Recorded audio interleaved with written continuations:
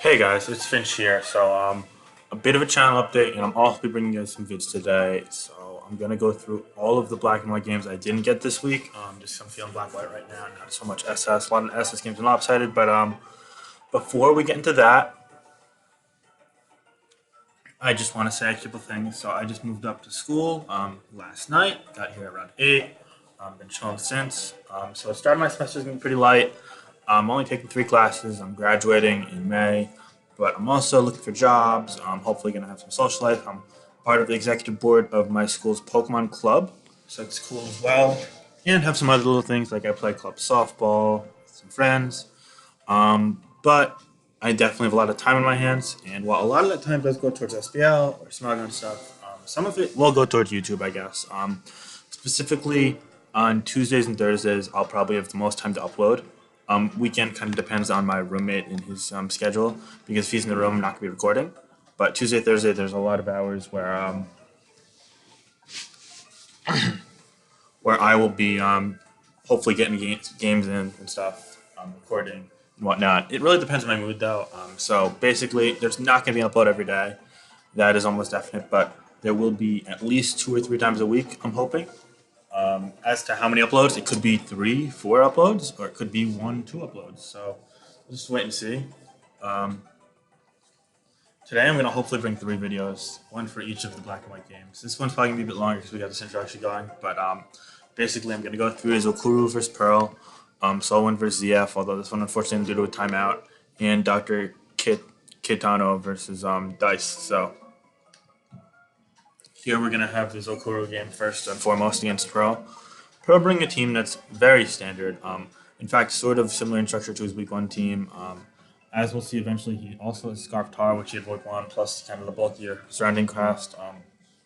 A very good 6 Pokemon combination from Pearl that you see here. No real surprises. Can't really punish this a ton, but at the same time, it definitely is neutral kind of across the board, so it doesn't really have a strong matchup advantage either. Looking at the matchup, in fact, it might even slightly favor Zokuru if it's a Swords Dance Balloon on his side, especially if he's able to land like a Surf on Nihitran, just to chip that so it's in Drain Punch range. Amoonguss, it could have Sludge Bomb, potentially, to shut down the bulk of variant of Breloom. So that's why I'm only saying like Swords Dance Facade gets it really well. So it depends on sets. In addition to that, a Swords Dance plus Facade, especially defensive blue score, does quite well against Pearl's team. But if it's a taunt set, then it's unfortunately going to be limited in effectiveness unless Heatran or the Gliscor can land a status or potentially a knock from Gliscor onto that Rotom in the long haul. And even then, Landers can pivot in and out for a long time. In addition to that, getting rocks up for Zokuru and keeping him up is huge to chip what is likely a Scarf Landorus and the Rotom on entry.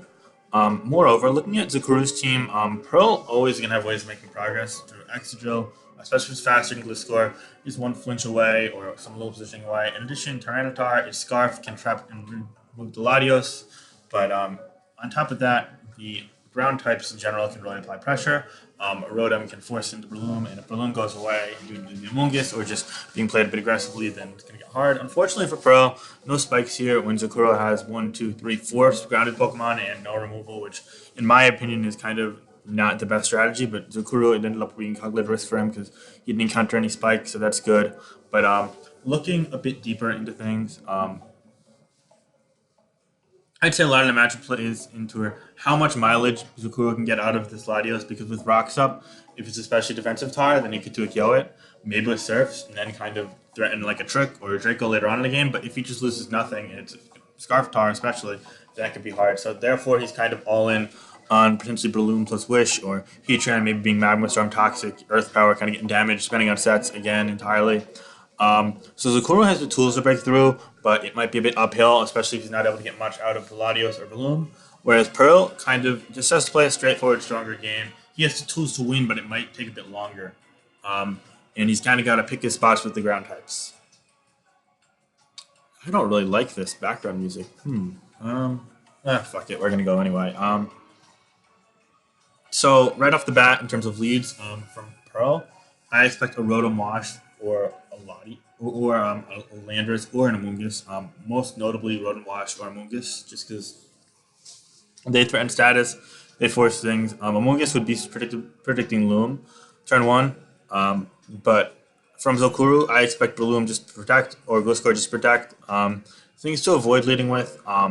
If I'm Zokuru, you never lead with Gladios, just because Tyranitar in the back and is not. There are three viable rockers on his team, so you really don't want to risk him just going Tar and just saying, okay, screw it, I'll take that positive trade to start off the game, because Gladius needs to apply pressure throughout the game.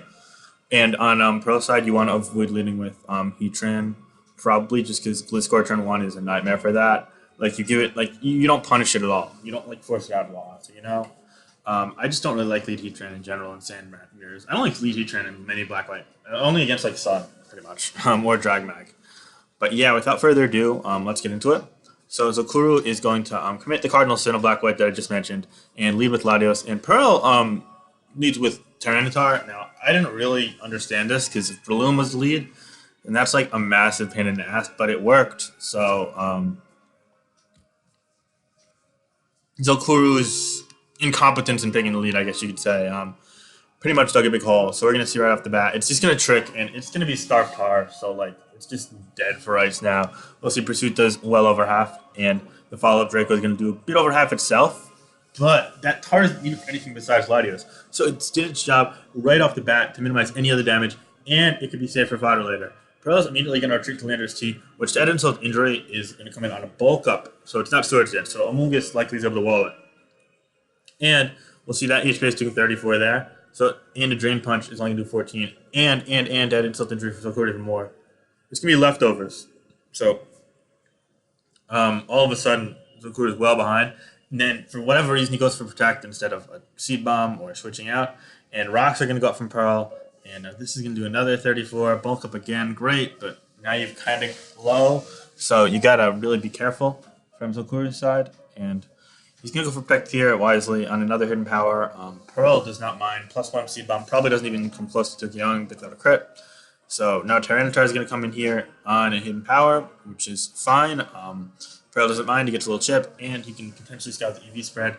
He's going to go for U-Turn on a Dark Gem Pursuit. That is a nice set there from Zokuru. Really cool to pair that with a Jirachi because that covers all exam. However, with Jirachi and no removal or Magnezone, it does leave him weak to Spikes I mentioned before, but whatever. He's going to let go of the Tyranitar to an Iron Head from Excadrill in the follow-up turn, however. And then he's going to go Gliscor, and Pearl is going to predict him to double switch out, taking advantage of a potential Rotom double switch, and just go for another Iron Head, taking out the Breloom, and all of a sudden it's a 6-3 game. Pearl has a pretty much decisive victory in his pocket. To add insult to injury, he's going to stay in once more, doing 34%, putting this Gliscor in range for things like Hidden Power Ice, or even after a follow-up Iron Head Crunch. However, Zokuru is going to notice that, and he's going to roost on up, but Pearl is going to take advantage of that, getting his Landorus on in to get some leftovers recovery and fire off Hidden Power Ice.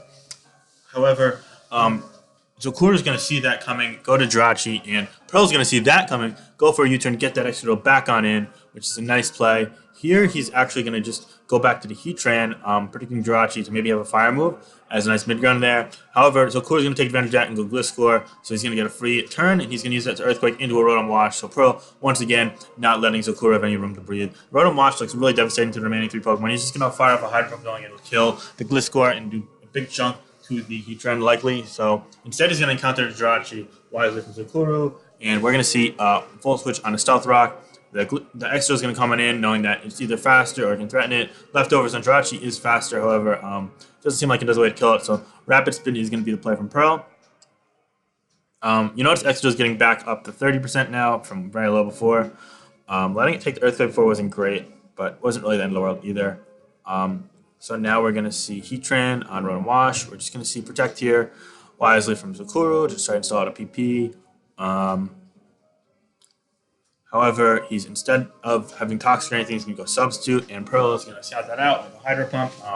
If Zokuru is EV'd properly, he should be able to Volt Switch behind Sub always, which is good for him in this scenario. However, Pearl is going to go for the Volt, damage him, and then he's just going to go Landorus and U-turn. Should be able to break this up.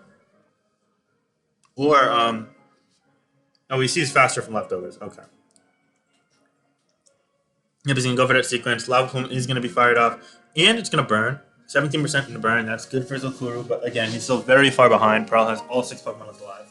Protect here. I assume we're just going to see a Volt. No, he's actually going to go for a Hydra. That does waste a PP, but as you see, it still has 4 left, and on top of that, it's just not a huge deal. We're going to probably see a Volt here, a Volt, and it's not going to break this up once more. But Landorus in this time is going to get leftovers, which will help it checking not only that Gliscor, but also the Drachi, and it should be able to take a Lava Plume from here regardless.